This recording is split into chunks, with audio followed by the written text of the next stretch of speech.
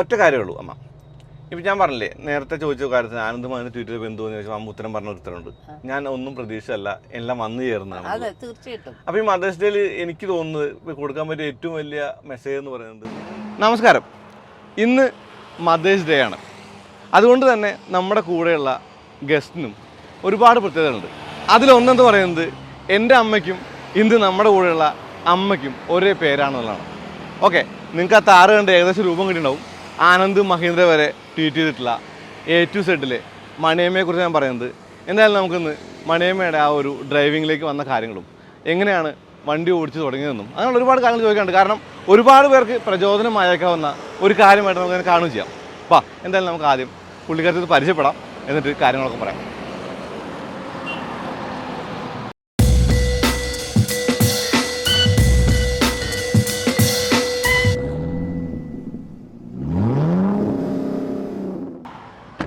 അപ്പോൾ ഇന്ന് നമ്മുടെ കൂടെയുള്ള ആളെ പരിചയപ്പെടുത്തുന്ന കാര്യമുണ്ടോ എന്ന് തന്നെ സംശയമാണ്. കാരണം വൈറലായിട്ട് നിൽക്കുന്ന ഒരു സെലിബ്രിറ്റി എന്നൊക്കെ ലളിതമായിട്ട് പറയാവുന്ന, അതിശോക്തി ഇല്ലാണ്ട് പറയാവുന്ന ഒരാളാണ്. നമസ്കാരം മണിയമ്മ. അപ്പോൾ ശരിക്കും വെയിലത്ത് നിർത്തിയിട്ട് കുറച്ച് കാര്യങ്ങൾ ചോദിക്കാനോ അല്ലെങ്കിൽ ബുദ്ധിമുട്ടിക്കാനോ തയ്യാറല്ല. അതുകൊണ്ട് തന്നെ നമുക്ക് വണ്ടിയിൽ ഡ്രൈവ് പോവാം, വണ്ടി ഓടിച്ചുകൊണ്ട് കുറച്ച് കാര്യങ്ങൾ ചോദിക്കാം. എന്തായാലും ഞാനാണ് വണ്ടി ഓടിക്കുന്നത്, ആ ഒരു കാര്യത്തിലും നമ്മളെന്തായാലും ആ ഒരു ബുദ്ധിമുട്ട് പുള്ളിക്കാരത്തേക്ക് വരുത്തുന്നില്ല. നമുക്ക് എന്തായാലും വണ്ടി ഓടിച്ചുകൊണ്ട് സംസാരിക്കാം. മദേഴ്സ് ഡേയുടെ അന്ന് അമ്മയെ കാണാൻ വരിക എന്നുള്ളതല്ലായിരുന്നു ശരിക്കും പറഞ്ഞാൽ എൻ്റെ പ്ലാൻ എന്ന് പറയുന്നത്. എനിക്ക് ആദ്യം ഹെവി ലൈസൻസ് എടുക്കാനായിട്ട് ഞാൻ വന്നിട്ടുണ്ടായിരുന്നല്ലോ നമ്മുടെ A to Z. അപ്പം അന്നാണ് എന്നോട് പറയുന്നത്, നമ്മൾ കണ്ടിട്ടുള്ള അല്ലെങ്കിൽ വീഡിയോയിലൊക്കെ കണ്ടിട്ടുള്ള കേട്ടിട്ടുള്ള മണിയമ്മ എൻ്റെ മുത്തശ്ശിയാണെന്ന് എന്നോട് അരവിന്ദ് പറയുന്നത്. ഓക്കെ, അന്നപ്പോൾ എനിക്ക് കാണണമെന്ന് ആഗ്രഹം, കാണാൻ പറ്റിയില്ല. പിന്നീടാണ് നമ്മൾ കാണുന്നത്. അതെ, അപ്പോൾ എനിക്ക് ഇന്ന് തുടങ്ങുന്നത് മദേഴ്സ് ഡേ ആണല്ലോ. ഞാൻ ആദ്യം ചോദിക്കുന്നത്, പുതുതായിട്ട് വണ്ടി ഓടിക്കാൻ പെൺകുട്ടികൾക്ക് പ്രത്യേകിച്ചും ഒരു ഇത്തിരി ബുദ്ധിമുട്ടുകൾ വണ്ടി ഓടിക്കാനായിട്ട് തോന്നാറുണ്ട്, പേടി തോന്നാറുണ്ട്. അവർക്ക് ഒരു ആശംസ പറഞ്ഞിട്ട് അവർക്കൊരു ഈ പേടി കളയാനുള്ള ഒരു ടിപ്പ് പറഞ്ഞു കൊടുത്തോണ്ട് നമുക്ക് തുടങ്ങാം അല്ലേ? അമ്മ പറഞ്ഞോളൂ. പേടി എല്ലാവർക്കും ഉള്ളതാണ്. അത് തോന്നുന്നത് പ്രത്യേകിച്ച് വണ്ടിയാവുമ്പോൾ എന്തെങ്കിലും സംഭവിക്കോ ഇടിക്കോ അങ്ങനെയാണ് പേടി. അപ്പൊ നമ്മള് കോൺഫിഡൻസോട് കൂടി ആത്മധൈര്യത്തോടു കൂടി ഒന്നും സംഭവിക്കില്ല, നമ്മൾ ശ്രദ്ധിച്ച് തന്നെ വണ്ടി ഓടിക്കുക. ലേഡീസ് ആയിരിക്കും കുറച്ചും കൂടി ശ്രദ്ധിക്കണമെന്നാണ് എൻ്റെ പക്ഷം. അതെ, ജെൻസ് ആകുമ്പോൾ കുറച്ച് അങ്ങോട്ട് നോക്കി ഇങ്ങോട്ട് നോക്കി വർത്താനം പറഞ്ഞ് അങ്ങനെയൊക്കെ വണ്ടി ഓടിക്കും. അതേസമയം ലേഡീസാണ് വണ്ടി ഓടിക്കാൻ കയറിയ അവര് പിന്നെ വേറെ ഒരു ശ്രദ്ധയിലും ഉണ്ടാവില്ല, നേരെ വണ്ടി ഓടിക്കണതിലായിരിക്കും ശ്രദ്ധ. പക്ഷെ ഉള്ളിലെ പേടിയാണ് അവരെ കൊണ്ട് ഇത് ഇങ്ങനെ ചെയ്യാനുള്ള ഒരു ധൈര്യം കൊടുക്കാത്തത്. ഉള്ളിലെ പേടിയാണ്. ആത്മധൈര്യം ഉണ്ടെങ്കിൽ നമുക്ക് എന്ത് വേണമെങ്കിലും ചെയ്യാം. ഇപ്പം വണ്ടി ഓടിക്കുമ്പോൾ അങ്ങനെ ഒന്നും തന്നെ സംഭവിക്കില്ല. നമ്മൾ നന്നായിട്ട് കണ്ടുകൊണ്ടല്ലേ വണ്ടി ഓടിക്കണത്. പിന്നെ സംഭവിക്കണത് ഓരോരോ വലത്തുകൂടി ഇടത്തുകൂടിയൊക്കെ കുത്തിക്കയറ്റി അല്ലെങ്കിൽ ഓവർ സ്പീഡിൽ വന്ന് കയറുക, അങ്ങനെയൊക്കെയാണ് സംഭവിക്കണത്. നമ്മൾ ശ്രദ്ധിച്ച് വണ്ടി ഓടിച്ചാൽ ഒന്നും തന്നെ സംഭവിക്കില്ലെന്ന് നമ്മൾ നമ്മുടെ മനസ്സിനെ ധൈര്യപ്പെടുത്തുക. മനസ്സിലായി. എനിക്ക് ഇതിൽ ശരിക്കും പറയാനുള്ള കാര്യം ശരിയാണ്. സ്ത്രീകൾ വണ്ടി ഓടിക്കുമ്പോൾ കുറച്ചുകൂടി മൈലേജ് കൂടുതൽ കിട്ടാറുണ്ട്, അവർ നന്നായിട്ട് വണ്ടി ഓടിക്കാറുണ്ട്. എനിക്ക് തോന്നുന്നു പഠിച്ചു കഴിഞ്ഞാൽ കുറച്ച് മാസ്റ്ററിന് എളുപ്പം ഓർക്കാൻ തോന്നുന്നു. തീർച്ചയായിട്ടും. എന്ന് വെച്ചാൽ പഠിക്കണത് തന്നെ ഇൻസ്റ്റാൾ ചെയ്യണമെന്നുള്ളതാണ് അവരുടെ പോളിസി. മനസ്സിലായി. മറ്റത് അങ്ങനെയല്ല. പഠിച്ചു കഴിഞ്ഞാൽ എന്തെല്ലാം അതിൽ പുതിയത് കൊണ്ടുവരാമെന്നാണ് ആൺകുട്ടികളുടെ ഒരു തീർച്ചയല്ലേ? അതെ, അപ്പൊ ഇന്നത്തെ കാലത്ത് ഒരുപാട് വണ്ടികൾ റോട്ടിലുണ്ടല്ലോ, കാറ്, അങ്ങനെ ഒരുപാട് വണ്ടികളുണ്ട്. പക്ഷെ അമ്മയൊക്കെ ഡ്രൈവിംഗ് പഠിക്കുന്ന സമയത്ത് എനിക്ക് തോന്നുന്നില്ല ഇത് മാത്രം വണ്ടികൾ അവിടെ ഉണ്ടെന്നുള്ളത്. ഇല്ല, വണ്ടികൾ തന്നെ കുറവായിരുന്നു. ഇപ്പൊ ഈ സ്വന്തമായിട്ട് വണ്ടി യൂസ് ചെയ്യണത് വല്ല ഡോക്ടർമാരോ, ഇന്നത്തെ പോലെ ഡോക്ടർമാരൊന്നും വന്നില്ല, അങ്ങനെ അത്ര ഫേമസ് ആയിട്ടുള്ളവർക്ക് മാത്രമേ സ്വന്തമായിട്ട് കാറുള്ളൂ. പിന്നെ കാറുള്ളത് ടാക്സി ഓടാനാണ്. ഇപ്പൊ ദൂരെ ട്രിപ്പ് പോകാനോ അല്ലെങ്കിൽ എയർപോർട്ടിൽ പോകാനോ അല്ലെങ്കിൽ എയർപോർട്ടിൽ നിന്ന് വന്നവരെ കൊണ്ടുവരാനോ അങ്ങനെയൊക്കെയുള്ള ടാക്സികളാണ്. ഇപ്പൊ കോയമ്പത്തൂര് അല്ലെങ്കിൽ ബാംഗ്ലൂരൊക്കെ ടാക്സി വിളിച്ച് പോണ ആൾക്കാരുണ്ടായിരുന്നു. മനസ്സിലായി. ഇപ്പൊ അതേസമയം എല്ലാവർക്കും കാറാണ്. അപ്പൊ അന്ന് നമ്മുടെ വീട്ടിലെ അംബാസഡർ കാർ ടൂറിസ്റ്റ് ടാക്സി ആയിട്ടുണ്ടായിരുന്നു. ആ സമയത്താണ് എന്റെ ഹസ്ബൻഡിന്റെ നിർബന്ധപ്രകാരം, എനിക്കൊന്നും വണ്ടി എന്ന് പറഞ്ഞാൽ എന്താണെന്ന് പോലും അറിയാൻ പാടില്ലാത്ത ഒരു കാലഘട്ടം. മനസ്സിലായി. അപ്പോ ഹസ്ബൻഡിന്റെ നിർബന്ധപ്രകാരമാണ് ഈ 4-വീലർ ലൈസൻസ് എടുത്തത്. അപ്പോഴും നമുക്ക് ഹെവി ഡ്രൈവിംഗ് സ്കൂൾ ഉണ്ടായിരുന്നു. ഹെവി ഡ്രൈവിംഗ് സ്കൂൾ നടത്തിയിരുന്നെങ്കിലും ലൈസൻസ് കിട്ടുക ഇവിടുന്നല്ല, അത് മംഗലാപുരത്ത് പോയിട്ട് വേണമായിരുന്നു ലൈസൻസ് എടുക്കാൻ. അന്ന് അങ്ങനെയാണോ? അന്ന് അങ്ങനെയാണ്. അല്ലാതെ ഹെവി ഡ്രൈവിംഗ് സ്കൂൾ ഇവിടെയൊന്നും ഇല്ല. നമുക്ക് ഈ കേരളത്തിൽ ഹെവി ലൈസൻസും കിട്ടില്ല. അത് ശരി. മംഗലാപുരത്ത് പോയിട്ട് അതും വളരെ കുറവ് പേരൊക്കെ പോവുള്ളൂ. പണ്ടൊക്കെ ഈ ഡ്രൈവർ എന്ന് പറഞ്ഞാൽ ഡ്രൈവർ പണിക്ക് പോണത് വിദ്യാഭ്യാസം ഇല്ലാത്തവര്, അങ്ങനെ ഒരു തോട്ടായിരുന്നു എന്ന് തോന്നണം ആ സമയത്തൊക്കെ. എല്ലാ വീട്ടിലും ഡ്രൈവർമാരുണ്ടാവും, കാശുള്ള വീട്ടിലൊക്കെ അല്ലേ? കാശുള്ള വീട്ടിൽ അവര് തന്നെ പഠിച്ചിട്ടുണ്ടാവും.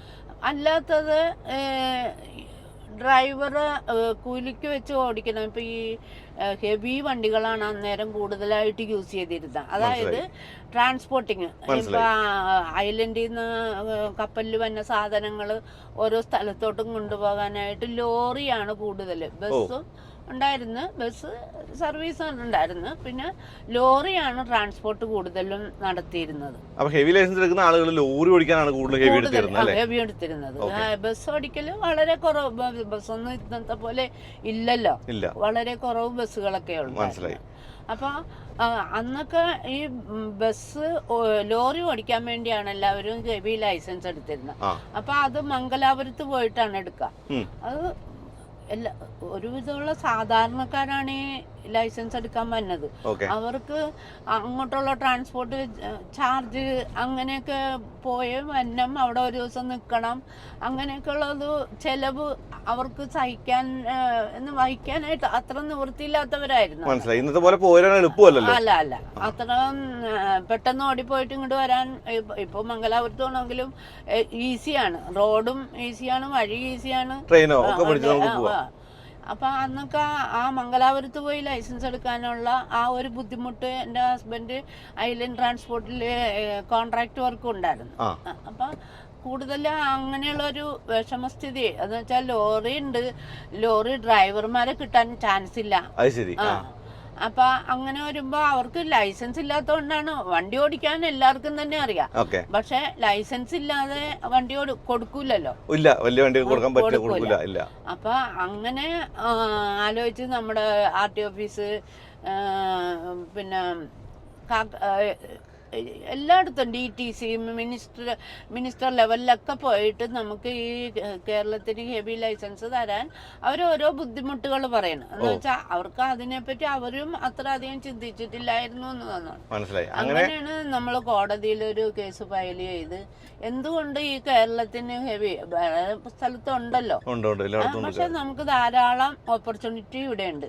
എന്നിട്ട് പിന്നെ എന്തുകൊണ്ട് നമുക്ക് ഈ കേരളത്തിന് ഡ്രൈവിംഗ് ലൈസൻസ്, സ്കൂൾ ലൈസൻസ്, അതായത് ഇത് ഹെവി ലൈസൻസ് എടുക്കാനുള്ള ഒരു ലൈസൻസ് നമുക്ക് എന്തുകൊണ്ട് കിട്ടണില്ല എന്നുള്ള ആ രീതിയിൽ കേസ് പറഞ്ഞ ഒരു 2 വർഷത്തോളം കേസ് പറഞ്ഞിട്ടാണ് ഈ ലൈസൻസ് പാസ്സായത്. ഈ ലൈസൻസ് നമുക്ക് ഹെവി എടുക്കാമെന്നുള്ള ഡ്രൈവിംഗ് സ്കൂളിൽ കിട്ടിയത്. ഡ്രൈവിംഗ് സ്കൂളിന്റെ അതും എന്റെ പേരിലാണ് ആപ്ലിക്കേഷൻ കൊടുത്തത്. ഞാൻ ഇതിലൊരു ആദ്യ വനിത അല്ലേ, അങ്ങനെയുള്ള ഒരു സംഭവം. അങ്ങനെ ആദ്യത്തെ ഹെവി ഡ്രൈവിംഗ് സ്കൂൾ തുടങ്ങിയ ഒരാളെന്നുള്ള ഒരു ക്രെഡിറ്റും കൂടി എനിക്കുണ്ട്. നല്ല കാര്യമാണ്, അത് എനിക്ക് അറിയാവുന്ന കാര്യമാണ്. അടുത്തൊരു കാര്യം ചോദിക്കട്ടെ, നമ്മോട് ആദ്യമായിട്ട് വണ്ടി ഓടിച്ച ഒരു നിമിഷം ഓർമ്മയുണ്ടോ? നിമിഷം ഓർമ്മയുണ്ട്. നല്ല പേടി എന്ന് പറഞ്ഞാല് ഭയങ്കര, ഇതൊന്നും ഇപ്പൊ കാണണ ഒരു ഈസിനെസ് ഒന്നും അല്ല അന്ന്. ഒരു ഭയങ്കര ഒരു ഇത് എന്ത് സംഭവിക്കും അറിയില്ല. ഇപ്പോഴത്തെ പോലെ ക്ലച്ച് ബ്രേക്ക് ഒന്നും വേറെ വെച്ചിട്ടല്ല വണ്ടി പഠിപ്പിക്കുന്നത്, ഒറ്റ എണ്ണത്തിലാണ്. അത് നമ്മൾ സ്റ്റിയറിംഗില് പിടിക്കും എന്ന് വെച്ചാ ഞാൻ തന്നെ ഇരിക്കും ഇപ്പുറത്തെ സൈഡിലിരിക്കണം. അതായത് എന്റെ ഹസ്ബൻഡാണ് പഠിപ്പിച്ചത്, ഹസ്ബൻഡ് തന്നെ ഈ സൈഡ് ഇവിടെ ഇരുന്നോണ്ടാണ് ആദ്യം സ്റ്റിയറിംഗ് തിരിച്ച്. എനിക്ക് മനസ്സിലായി, ഞാൻ പറയട്ടെ. അതായത് നമ്മുടെ സ്റ്റിയറിംഗ് ബാലൻസ് ആക്കാൻ വേണ്ടി ടാക്സിക്കാരൊക്കെ കിളികളെയൊക്കെ പഠിപ്പിക്കുന്ന പോലെ ഇവിടെ ഇരുന്ന് സ്റ്റിയറിംഗ് പിടിച്ച് അല്ലേ, അങ്ങനെ തിരിച്ച് കുറച്ച് ദിവസം കഴിയുമ്പോഴാണ് പിന്നെ നമ്മള് റൈറ്റ് സൈഡിലോട്ട് വന്നത്. എന്ന് വെച്ചാൽ നമ്മള് ആക്സിലേറ്ററിന് ബ്രേക്കിന് പകരം ആക്സിലേറ്റർ കൊടുത്താ എവിടെ പോകും, എന്ത് സംഭവിക്കും അറിയില്ലല്ലോ. അപ്പൊ അങ്ങനെ ഒരുവിധം സ്റ്റഡി ആയിട്ടാണ് പിന്നെ ഈ ഡ്രൈവർ സീറ്റിൽ ഇരുത്തിയിട്ടുള്ളത്. അപ്പോ ഡ്രൈവർ സീറ്റിൽ ഇരുത്തി ഒരു ദിവസം വണ്ടി ഓടിക്കുമ്പോ ഓപ്പോസിറ്റ് നേരെ ഈ ലക്ഷ്യമൊന്നുമില്ല. ഇപ്പോ എല്ലാ കാര്യങ്ങളും പറഞ്ഞു പഠിപ്പിച്ചതിന് ശേഷമാണ് വണ്ടിയിലോട്ട് കയറ്റണത്, എല്ലാ കാര്യങ്ങളും. അന്ന് ഓപ്പോസിറ്റ് വണ്ടി വന്നപ്പോഴത്തേക്ക് ഈ സ്റ്റിയറിംഗിൽ നിന്ന് കൈയും വിട്ട് കണ്ണും അടച്ച് ഞാൻ ഇരുന്നു. ഓക്കെ. അത് അവർക്കൊക്കെ അത്ര നല്ല കപ്പാസിറ്റി ഉള്ള ആൾക്കാരായത് കൊണ്ട് അവിടെ അഡ്ജസ്റ്റ് ചെയ്ത് പോകുന്നു. അന്ന് പക്ഷെ വണ്ടികൾ കുറവല്ല റോഡിൽ, ഓടിക്കാൻ കുറച്ചുകൂടി എളുപ്പമായിരുന്നു അതോ കുറച്ചും കൂടി ബുദ്ധിമുട്ടായിരുന്നു? റോഡ് നല്ലല്ലോ. റോഡ് നന്നല്ല എന്നുള്ളത് മാത്രമേ ഉള്ളൂ. ഇങ്ങനെ പെട്ടെന്ന് ഓപ്പോസിറ്റ് വണ്ടി വരില്ല, അങ്ങനെ ഇടയിൽ കൂടി കയറില്ല ഒന്നും അത്ര ഒന്നും ഇല്ല, അത്ര വാഹനങ്ങളില്ല നമ്മുടെ നാട്ടില്. പിന്നെ ഈ കാറ് ഓടിച്ച് തുടങ്ങിയതിന് ശേഷം പിന്നെ എല്ലാ വണ്ടി ഓടിക്കുന്ന ധൈര്യം കിട്ടി അല്ലേ? കാറ് ഓടിച്ച് അതിനുശേഷം അങ്ങനെ വണ്ടി ഓടിക്കലൊന്നും ഉണ്ടായിരുന്നില്ല. പിന്നെ ഒരു 2000 പിന്നെ ഹെവി എടുത്ത്, ഹെവി ആണല്ലോ ഡ്രൈവിംഗ് സ്കൂൾ തുടങ്ങിയത്. അപ്പൊ എനിക്ക് ആ ലൈസൻസ് ഉണ്ടെങ്കിൽ ഒരു 5 കൊല്ലത്തെ എക്സ്പീരിയൻസ് ഉണ്ടെങ്കിൽ ഞാൻ അതിലൊരു ഇൻസ്ട്രക്ടർ ആവും. അപ്പൊ അങ്ങനെയാണ് ഞാൻ എന്നെ കൊണ്ട് ഹെവി എടുപ്പിക്കണം. ഹെവി ഓടിക്കാൻ കുറച്ചും കൂടി ഈസിയാണ്. ശരിയാണ്, വലിയ വണ്ടി ഓടിക്കാൻ ഈസിയാണെന്ന് പറയാൻ നമ്മൾ നല്ല പൊക്കത്തിലാണ് ഇരിക്കണം, നമുക്ക് ഈ വ്യൂ ഒക്കെ നന്നായിട്ട് കാണാം. പിന്നെ ഒരു വലിയ വണ്ടി വരുമ്പോ ആരും തന്നെ ഇടയിലോട്ട് അങ്ങനെ കുത്തിക്കും. ഇപ്പൊ ഒക്കെ കുത്തിക്കയറ്റും, പണ്ടൊന്നും ആരും ചെയ്യില്ല. അപ്പൊ അന്ന് ഞാൻ അത് ചേർത്തല വരെയൊക്കെ ഓടിച്ചോണ്ട് പോയിട്ടാണ് ടെസ്റ്റ് കൊടുത്തത്. ഞാൻ ചേർത്തലയിലാണ് ഹെവിയായിട്ട് ടെസ്റ്റ് കൊടുത്തത്. ലോറി അവിടെ തന്നെ ഉണ്ടായിരുന്നു, ബസ്സാണ് ഇവിടുന്ന് ഓടിച്ചോണ്ട് പോയത്. പക്ഷെ ആൾക്കാരൊക്കെ ഒരു അത്ഭുതം പോലെ ഇങ്ങനെ നോക്കി ഒരു പെണ്ണ് ബസ് ഓടിച്ചോണ്ട് പോകുക എന്ന് പറഞ്ഞാൽ അന്നത്തെ കാലത്ത് ആർക്കും സങ്കല്പിക്കാൻ പറ്റാത്ത ഒരു കാലഘട്ടം. അടുത്ത ചോദ്യത്തിലേക്ക് വരാൻ ഞാൻ അങ്ങനെയായിരുന്നു. കാരണം ഇപ്പൊ ഞങ്ങളുടെ നാട് ചെറുതുരുത്തിലാണ് ഞാൻ ഉള്ളത്. അപ്പൊ അവിടെ പഴയന്നൂർ റൂട്ടില് ഒരു വനിതാ ട്രാൻസ്പോർട്ട് എന്ന് പറഞ്ഞിട്ട് വണ്ടി വന്നായിരുന്നു, ബസ്. അന്ന് ഒരു ലേഡി ഓടിക്കുന്നു പറഞ്ഞിട്ട് വാർത്തയായി, അതങ്ങ് ആളുകളൊക്കെ ഏറ്റെടുത്തു ശരിക്കും. അപ്പൊ ഇത്രയും കാലങ്ങൾക്ക് മുന്നേ വലിയ ഹെവി വണ്ടി ഓടിച്ചു പോകുമ്പോ അമ്മയോട് ആളുകളുടെ ഒരു ഇടപാട് അല്ലെങ്കിൽ എന്താ പറയുക, ആളുകളുടെ ഒരു ആ ഒരു കാഴ്ചപ്പാട് എന്തായിരുന്നു? ആൾക്കാർക്ക് ഒരു അത്ഭുതം തന്നെയാണ്.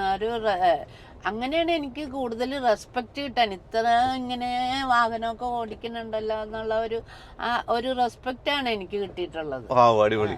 ആളുകളൊക്കെ ഇപ്പൊ നമുക്ക് വണ്ടി ഓടിച്ചു പോകുമ്പോൾ അന്ന് വണ്ടികൾ കുറവാണ്, റോഡിൽ ഇത്രയും ആളുകളില്ല, അപ്പൊ അങ്ങനെ പേടിയൊന്നും ഉണ്ടായിരുന്നില്ല ചേർത്തലേക്കൊക്കെ പോകുമ്പോൾ? അല്ല, പേടി ആ സമയത്താകുമ്പോ ക്ലച്ച് ബ്രേക്ക് ഒക്കെ വന്നിട്ടുണ്ട്, പുറകില് ക്ലച്ച്. ഇപ്പൊ ബസിന്റെ പുറകില് അപ്പൊ പിന്നെ നമുക്ക് നമ്മുടെ ആളാണല്ലോ മുമ്പിൽ പുറകിലിരിക്കണത്, ആ ഒരു ധൈര്യം എപ്പോഴും ഉണ്ട്. ഇപ്പൊ എത്ര ലൈസൻസ് ഉണ്ടാവും എല്ലാം കൂടെ? 11 ലൈസൻസ് ഉണ്ട്. അത് എന്തൊക്കെയാന്ന് ഓർത്ത് പറയാൻ പറ്റുമോ? പിന്നെ ആദ്യം എടുത്തത് 4 വീലർ ആണ്, അത് കഴിഞ്ഞ് ഹെവിയാണ്, അത് കഴിഞ്ഞ് പിന്നെ ഈ യാത്രയില്ലേ, യാത്ര എന്ന് പറഞ്ഞാൽ നമ്മളുടെ വീട്ടിൽ പല ആവശ്യങ്ങളുണ്ടാവും, പോകാൻ ആണുങ്ങളെയൊന്നും കിട്ടൂല. അങ്ങനെ വന്നപ്പോഴാണ് 2 വീലറിന്റെ ആവശ്യകത വന്നത്. മനസ്സിലായി. ഇന്നത്തെ പോലെ അത്ര വണ്ടികളൊന്നും വീട്ടിലും ഇല്ല, ഉള്ളു. അപ്പൊ അതെല്ലാം പഠിപ്പിക്കാൻ തന്നെ വേണ്ടി വരും. അപ്പൊ 93 ആയപ്പോഴാണ് 2 വീലർ, ഓട്ടോറിക്ഷ ആ ലൈസൻസ്. അന്ന് MIT അല്ല, സ്പാർക്ക് എന്ന് പറഞ്ഞ വണ്ടി, ആ വണ്ടിയാണ് ഓടിച്ചിട്ടുള്ളത്. സ്പാർക്ക് എന്ന് പറഞ്ഞൊരു വണ്ടി ഉണ്ട്, അതിലാണ് ടെസ്റ്റ് ഒക്കെ കൊടുത്തിട്ടുള്ളത്.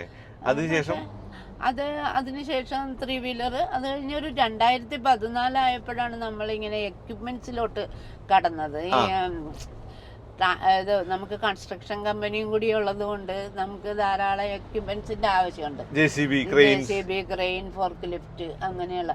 അപ്പൊ അതെല്ലാം ഏതായാലും എടുക്കണല്ലേ, എന്നാ പിന്നെ എല്ലാം ലൈസൻസ് എടുത്തേക്കാന്ന് വിചാരിച്ചിട്ട് റോളർ, ട്രാക്ടർ, അങ്ങനെ crane, JCB, fork lift, trailer, അങ്ങനെയുള്ള എല്ലാ ലൈസൻസും ഇന്ത്യയിൽ അവൈലബിൾ ആയിട്ടുള്ള ഒട്ടുമിക്ക ലൈസൻസും ഉണ്ട് തീർച്ചയായിട്ടും. അപ്പൊ എനിക്ക് അടുത്ത് ചോദിക്കേണ്ടതേ, ഇതൊക്കെ എടുക്കാനായിട്ട് ഇപ്പൊ പ്രാക്ടിക്കൽ ടെസ്റ്റ് അല്ലെങ്കിൽ എക്സാമിനേഷൻസ് ഇങ്ങനെ കാര്യങ്ങളൊക്കെ നമ്മൾ ഫേസ് ചെയ്യണല്ലോ. അപ്പൊ ഇതൊക്കെ ഒരു ത്രില്ലായിട്ട് എടുത്തിട്ട് ചെയ്യുന്നതാണല്ലേ? ഇത് നമ്മളുടെ വീട്ടിൽ ഇത് നമുക്ക് അത്രയും ത്രില്ലായിട്ട് തോന്നൂല. എന്നാന്ന് വെച്ചാൽ ഇത് ദിവസവും ഇങ്ങനെ കണ്ടോണ്ടിരിക്കണല്ലേ. അപ്പൊ അത് നമ്മളും കൂടി എടുക്കുന്ന പറയണത് ഒരു ത്രില്ലാണ്. പക്ഷെ നമ്മൾ വേറെ ഒരു സ്ഥാപനത്തിൽ പോയി എടുക്കണ ആ ഒരു ഫീലിംഗ് ഒന്നും ഇല്ലല്ലോ. നമ്മളായിട്ട് തന്നെ ഇത് ചെയ്തുകൊണ്ടിരിക്കുക. സമയമെടുത്ത് നമുക്ക് വേണമെങ്കിൽ പോലെ എടുത്ത് എടുത്താൽ മതി. അങ്ങനെ അപ്പൊ ഇത്രയും വണ്ടികൾ ഓടിച്ചിട്ട് ഏറ്റവും ഇഷ്ടപ്പെട്ട ഒരു വണ്ടി ഏതാണ്? എനിക്ക് ചെറിയ വണ്ടിയിൽ എപ്പോഴും 2 വീലർ തന്നെയാണ് എനിക്ക് ഇഷ്ടം. ഇപ്പൊ ഇത്ര പ്രായത്തില് ഞാൻ എന്റെ അത്യാവശ്യങ്ങൾക്കൊക്കെ 2 വീലർ. ഇപ്പൊ ദിയോ എന്ന് പറയുന്ന പിന്നെ അത്യാവശ്യം തലയിൽ മുടിയില്ലാതെ വന്നപ്പോ അമ്പലത്തിലൊക്കെ പോകാൻ ഞാൻ ഇലക്ട്രിക് വണ്ടിയില്ലേ, ലൈസൻസ് വേണ്ടാത്തത്, അതെടുക്കും. എന്താന്ന് വെച്ചാ ഹെൽമെറ്റ് വെക്കണ്ടല്ല എന്നുള്ള ഒരു ഇതില് മാത്രം. മനസ്സിലായി. ചെറിയ സ്പീഡിലല്ലേ പോകുള്ളൂ, അത് പ്രശ്നമില്ലല്ലോ അല്ലേ? ശരിയാണ്, അവിടെ ഹെൽമെറ്റിന്റെ ഒരു കാര്യമില്ല. കാറുകളിലാണെങ്കിലോ വീട്ടിൽ ഞാൻ സെൽറ്റോസ് കണ്ടു, നിങ്ങളുടെ ഒരു എന്താ പറയാ താരമായിട്ടുള്ള താറ് നമ്മൾ ഓടിച്ചോണ്ടിരിക്കുന്ന വണ്ടി. ഇപ്പൊ ഈ താറാണ് എനിക്ക് കുറച്ചും കൂടി കംഫർട്ടായിട്ട് തോന്നിയിട്ടുള്ളത്. അത് ഭയങ്കര സൗകര്യമാണല്ലോ, കുറച്ചുകൂടി കംഫർട്ടായിട്ട് തോന്നിയിട്ടുള്ളത് താറാണ്. ഇതിനും കുറച്ച് ബസ്സിന്റെ പോലെ കുറച്ച് ഉയരം ഉണ്ടല്ലോ, അതിന് കുറച്ച് ഉയരമുണ്ട്, കുറച്ച് മുകളിലിരുന്ന് ഓടിക്കാം, അതുകൊണ്ട് തന്നെ കാഴ്ചയൊക്കെ സുഖമാണ്. അപ്പൊ ഇങ്ങനത്തെ വണ്ടികൾ SUV വണ്ടികളാണ് ഇഷ്ടം അല്ലേ? ഓക്കെ. ഇനി ചോദിക്കേണ്ടത്, ഇപ്പം അടുത്ത് ഞാൻ 1-2 വീഡിയോസ് ഒക്കെ കണ്ടു, സൂപ്പർ കാറുകൾ അല്ലെങ്കിൽ സ്പോർട്സ് കാറുകൾ ഓടിച്ചിട്ടൊക്കെ. അതൊക്കെ ഓടിക്കുന്ന സമയത്ത് ശരിക്കും അന്ന് പണ്ട് അംബാസഡർ ഓടിച്ചിരുന്നിടത്ത് നിന്ന് ഇന്ന് ആ ഒരു സൂപ്പർ കാർ ഓടിക്കുമ്പോൾ അല്ലെങ്കിൽ സ്പോർട്സ് കാർ ഓടിച്ചപ്പോൾ ഇത്രയും വ്യത്യാസങ്ങൾ വണ്ടി കാണുമ്പോൾ ശരിക്കും ആശ്ചര്യമാണോ അതോ? ആശ്ചര്യം, അത്ഭുതം, സന്തോഷമാണ്. അന്നത്തെ ഒരു പേടിയൊന്നും ഇപ്പൊ ഇല്ല, പേടിയില്ല. പിന്നെ ഈ വണ്ടി ഇത്ര വില കൂടിയ വണ്ടിയാണല്ലോ എന്നുള്ള ഒരു തോട്ട് മാത്രമേ ഉള്ളൂ. ആസ്വദിച്ച് ഓടിച്ചു. ഓക്കെ. ഇലക്ട്രിക് കാറുകൾ ഓടിച്ചിട്ടുണ്ടല്ലോ. ഇലക്ട്രിക് കാറുകൾ ഓടിച്ചു. അപ്പൊ അന്ന് ഇപ്പൊ ഡീസൽ അംബാസഡർ അല്ലെങ്കിൽ പെട്രോൾ അംബാസഡർ ഡീസൽ കൺവേർഷൻ കഴിഞ്ഞിട്ടുണ്ടാവും. അത് കഴിഞ്ഞിട്ട് അടുത്ത കുറേ എഞ്ചിനുകൾ കണ്ടു. CNG ഞാൻ ഡ്രൈവിംഗ് സ്കൂളിൽ നിങ്ങളുടെ വണ്ടി കണ്ടിട്ടുണ്ട്, ഒരുപാട് വണ്ടികളുണ്ടല്ലോ. അപ്പോൾ അന്ന് പെട്രോൾ ഡീസൽ ഓടിച്ചിട്ട് ഇപ്പോൾ ഇലക്ട്രിക് ഓടിച്ചപ്പോൾ അപ്പോൾ മനസ്സിൽ തോന്നിയ ഒരു കാര്യം എന്താ തോന്നുന്നത്?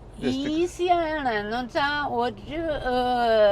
ഒരു എഫർട്ടും ഇല്ലാതെയാണ് നമുക്ക് ഇലക്ട്രിക് വണ്ടികൾ ഓടിക്കാൻ പറ്റുന്നത്. അതെ, ഞാൻ ആദ്യമായിട്ട് ഇലക്ട്രിക് വണ്ടി ഓടിച്ചത് ഒരു JCB ആണ്. അന്ന് ഡൽഹിയിലൊരു എക്സ്പോയ്ക്ക് പോയപ്പോ അവിടെ നമ്മുടെ ഗഡ്കരി സാറാണ് ഒരു ഇലക്ട്രിക് JCB ഉദ്ഘാടനം ചെയ്യാൻ വന്നത്. സാറ് ജസ്റ്റ് ഒന്ന് വന്ന് ഇത് മാറ്റിയതേ ഉള്ളു. അപ്പൊ അത് കാണിക്കാനായിട്ട് എന്നെയാണ് വിളിച്ചത്. ആ വണ്ടിയിൽ ആദ്യമായിട്ട് ഇലക്ട്രിക് വണ്ടി ഓടിച്ചത് അതാണ്. അപ്പൊ അതിന്റെ സ്റ്റിയറിങ്ങോ അതിന്റെ നമുക്ക് ആക്സിലേറ്റർ കൊടുക്കുന്നത് അതൊക്കെ വളരെ മൈന്യൂട്ടായിട്ടുള്ള കാര്യങ്ങളാണ്. നല്ല രസമാണ്.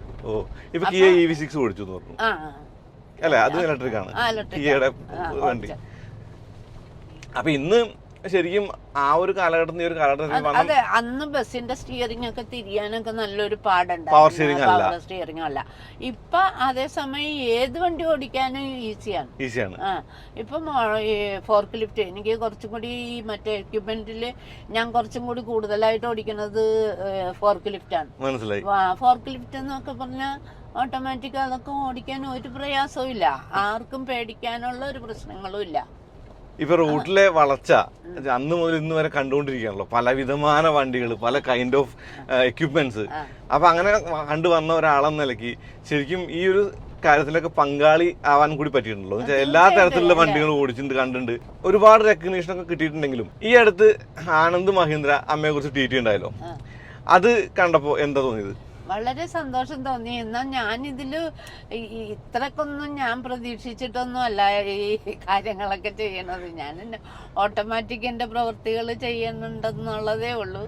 എൻ്റെ കൊച്ചുമോനാണ് എന്നെ ഇത്ര അധികം പ്രോത്സാഹിപ്പിക്കണം, അല്ലെങ്കിൽ ഈ കാര്യങ്ങൾക്കൊന്നും ഞാൻ അത്ര അങ്ങനെ ഇമ്പോർട്ടൻസ് കൊടുക്കാറില്ല. അപ്പൊ എനിക്ക് എൻ്റെ വീട്ടിലത്തെ എൻ്റെ മക്കളായാലും കൊച്ചുമക്കളായാലും എല്ലാവരും ചേർന്ന് ഈ ഒരു ബിസിനസ് കൊണ്ടുപോകുന്നതിൽ എൻ്റെ മനസ്സിന് വളരെ സന്തോഷം. അപ്പൊ അവർക്ക് വേണ്ടി എന്നെ കൊണ്ട് എന്ത് ചെയ്യാൻ പറ്റുമോ അതാണ് എൻ്റെ ലക്ഷ്യം. മനസ്സിലായി. ഇനി ശരിക്കും ഒരു കാര്യം കൂടി ചോദിച്ചുകൊണ്ട് നമുക്ക് അവസാനിപ്പിക്കാൻ തോന്നുന്നു. ഒറ്റ കാര്യമേ ഉള്ളൂ അമ്മ. ഇപ്പം ഞാൻ പറഞ്ഞില്ലേ നേരത്തെ ചോദിച്ച കാര്യത്തിന് ആനന്ദമായി ട്വിറ്ററിൽ എന്തോന്ന് ചോദിച്ചാൽ അമ്മ ഉത്തരം പറഞ്ഞ ഉത്തരമുണ്ട്. ഞാൻ ഒന്നും പ്രതീക്ഷയല്ല, എല്ലാം വന്നു ചേർന്നതാണ്. തീർച്ചയായിട്ടും. അപ്പം ഈ മദേഴ്സ് ഡേയിൽ എനിക്ക് തോന്നുന്നത് കൊടുക്കാൻ പറ്റിയ ഏറ്റവും വലിയ മെസ്സേജ് എന്ന് പറയുന്നത് നിങ്ങൾ ഇഷ്ടപ്പെടുന്ന കാര്യങ്ങൾ ചെയ്തുകൊണ്ടിരിക്കുക, റിസൾട്ട് വരുമെന്നുള്ളതല്ലേ? അതെ, തീർച്ചയായിട്ടും. നമ്മൾ ആത്മാർത്ഥമായിട്ട് പ്രവർത്തിക്കുക, ചെയ്യുക. നമ്മളുടെ ഓരോ പ്രവൃത്തിയിലും നമ്മളുടെ 100% ആത്മാർത്ഥത ഉണ്ടാകുക. നമുക്ക് വേണ്ടിയാണ് നമ്മളിത് ചെയ്യണേന്ന്, വേറൊരാൾക്ക് വേണ്ടിയല്ല നമ്മൾ ചെയ്യണത്. ഞാൻ എനിക്ക് വേണ്ടി മാത്രമാണ് ചെയ്യണത്. അത് എൻ്റെ ബാക്കിയുള്ളവർക്ക് ഉപകാരപ്പെടുന്നു, അതാണ് എൻ്റെ ലക്ഷ്യം. മനസ്സിലായി. എനിക്ക് വേണ്ടിയാണ് ഞാൻ ചെയ്യണത്, എൻ്റെ സന്തോഷത്തിന് വേണ്ടി. മനസ്സിലായി. അപ്പോൾ എനിക്ക് മനസ്സിലായ ഒരു കാര്യം ഞാൻ എൻ്റെ പ്രേക്ഷകർക്ക് വേണ്ടി പറയാം. അമ്മ പറയുന്ന പോയിന്റ് എന്ന് പറയുന്നത് അമ്മ തന്നെ പറഞ്ഞ കാര്യമായിട്ട് നിങ്ങൾ കേട്ട് കാണും. അതായത് ഒരു കാര്യം ഇഷ്ടപ്പെട്ട് ചെയ്തു തുടങ്ങി അവനവന് വേണ്ടി ചെയ്യുന്ന കാര്യങ്ങൾ, അതിനകത്ത് ബാക്കിയുള്ള കാര്യം ഒന്നും നോക്കേണ്ട കാര്യമില്ല. ഒരു പാഷനുള്ള കാര്യമാണ് അല്ലെങ്കിൽ ഇഷ്ടമുള്ള കാര്യമാണ് ചെയ്യുന്നതെങ്കിൽ അതിന്റെ റിസൾട്ട് വന്നോളൂ അല്ലേ? തീർച്ചയായിട്ടും വന്നോളൂ, തിരിച്ചറിയപ്പെടും. അപ്പൊ ഇനി എല്ലാവർക്കും ഒരു ആശംസ കൂടി പറയാം നമുക്ക്. അപ്പൊ അമ്മയെ എടുത്തിക്കൊണ്ട് എൻ്റെ അമ്മയുടെ പേരില്ല മണിയമ്മ, അതായത് എൻ്റെ അമ്മ മണിയമ്മയാണ്, ഇത് മണിയമ്മയാണ്. അതെ, അപ്പൊ എല്ലാവർക്കും ഞങ്ങളുടെ happy mother's day. Happy mother's day.